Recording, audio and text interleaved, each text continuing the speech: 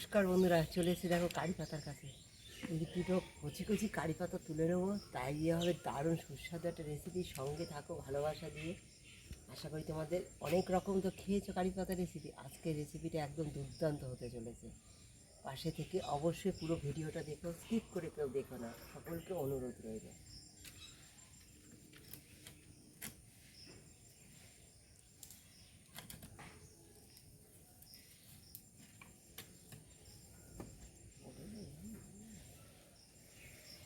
কড়াইতে দিয়ে দিচ্ছি সামান্য তেল।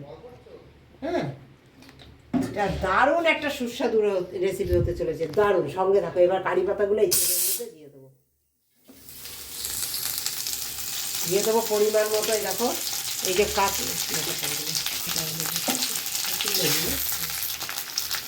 দেখো বন্ধুরা, এই কারি পাতাটা সাইডে রেখে নিলাম। রেখে নিয়ে তোমরা দেখো কি দেবো, সঙ্গে থাকো একদম। ভিডিওটাকেও স্কিপ করে দেখো না, আশা করি তোমাদের খুব ভালো লাগবে। দারুণ সুস্বাদু। অনেক রকম কারি পাতা রেসিপি খেয়েছি, কিন্তু আজকে যে রেসিপিটা করতে চলেছি না, এত সুস্বাদু হয় তা বলার নেই। দারুণ সুস্বাদু হয়। দিয়ে দেবো একটা গোটা শুকনো লঙ্কা, দিয়ে দেবো একটা কাঁচা লঙ্কা, দিয়ে দেবো কালো জিরে,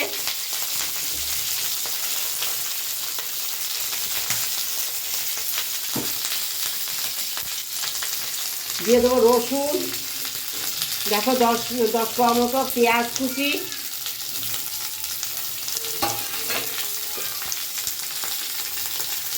এই বাটায় যতটা আমার লবণ লাগবে ততটা দিয়ে দিচ্ছি, কারণ অন্য জিনিসের সঙ্গে দেবো। লবণটা দিয়ে দিচ্ছি, লবণটা দিয়ে সুন্দর ভেজে নেব।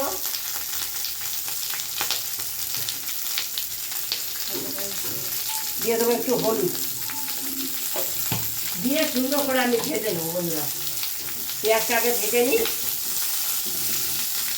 সঙ্গে থাকো একদম অন্যরকমভাবে। এটা কী করবো দেখো শুধু তোমরা আমার সঙ্গে, কী করে এটা সুস্বাদু করে তুলবো। এরকম ভেজে নিয়েছি, দেখো বেশ একটু লাল লাল করে পেঁয়াজ রসুন। হ্যাঁ, এইবার দেখো এই কারি পাতার সঙ্গে একসঙ্গে মিশিয়ে সুন্দর ভেজে নেবো। এটা কি দিয়ে ভাজবো তোমরা, মানে রেসিপিটা কীভাবে সুস্বাদু করবো তোমরা এখনও ভাবতে পারছো না। এটা এত সুস্বাদু হয়। কারি পাতা তো অনেক রকম খেয়েছে, কিন্তু আজকে যেটা করবো আশা করি তোমাদের ভীষণ ভালো লাগবে, ভীষণ সুন্দর। দেখো পাতাগুলো ভাজা হয়ে গেছে। এইবার এই ভাজা পাতাগুলো সমস্ত কিছু দিয়ে ভাজা পাতাগুলো নিয়ে নেবো শিলে। তার আগে দেখো শিলে দিয়ে দিয়েছি আমি একটু আচার। হ্যাঁ, আচার দিয়েছি, যে কোনো আচার তোমরা দিতে পারো। একবার এইভাবে খেয়ে দেখো, অনেক রকম তো খেয়েছো।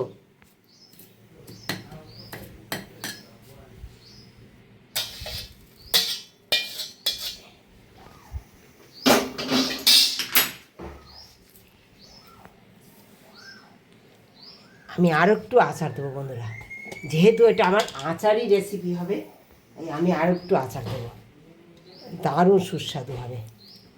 আর আমার এটা না আমলকির আচার। তোমরা যে কোনো আচার দিতে পারো, তেঁতুলও দিতে পারো। হ্যাঁ, দেখো টকটক হবে। আর কারি পাতায় না এই টকটা দারুণ, মানে টকটক হবে, দারুণ সুস্বাদু হবে। এই দিয়ে সব কিছু দিয়ে সুন্দর করে আমি এটা শিলে বেটে নেবো। একবার এইভাবে খেয়ে দেখো, সবাইকে অনুরোধ করলাম। অনেক রকম তো খেয়েছো, এইভাবে শিলে বেটে আচার দিয়ে ও জাস্ট আগে না, জাস্ট জমে যায় একেবারে ফাটাফাটি। জিভে আমার এখনই জল এসে গেছে, জানো। মশমশে কেমন হয়েছে জানো না, একেবারে দারুণ হয়েছে। বাটাটা না একদম মিহি করে একটু বেটো, কারণ এটা কড়কড়ে হয়ে যায় তো, সুন্দর বাটা হয়ে যায়। আর দেখো আবার কত মিহি হয়েছে বাটাটা, কত সুন্দর হয়েছে বাটাটা, খুব সুন্দর হয়েছে বাটাটা।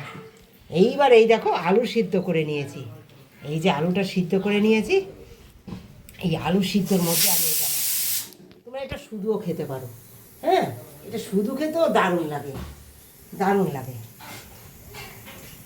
আমি আলু দিয়ে মাখবো। এই যে নিয়ে নিয়েছি আলুর মধ্যে, হ্যাঁ, এই সেদ্ধ আলুর মধ্যে এইটা দিয়ে আমি সুন্দর মাখিয়ে নেবো। এই যে দারুণ সুস্বাদু হয় বন্ধুরা, একবার এটা খেয়ে দেখো।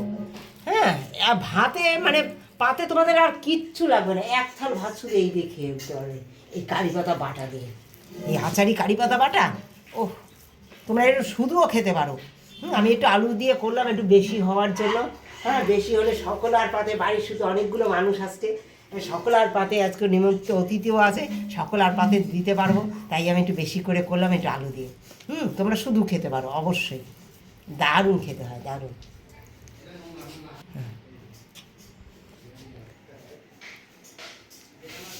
দারুণ, মানে সব মাখাকে হার মানিয়ে দেবে, এত টেস্টি হয়েছে, দারুণ সুস্বাদু হয়েছে।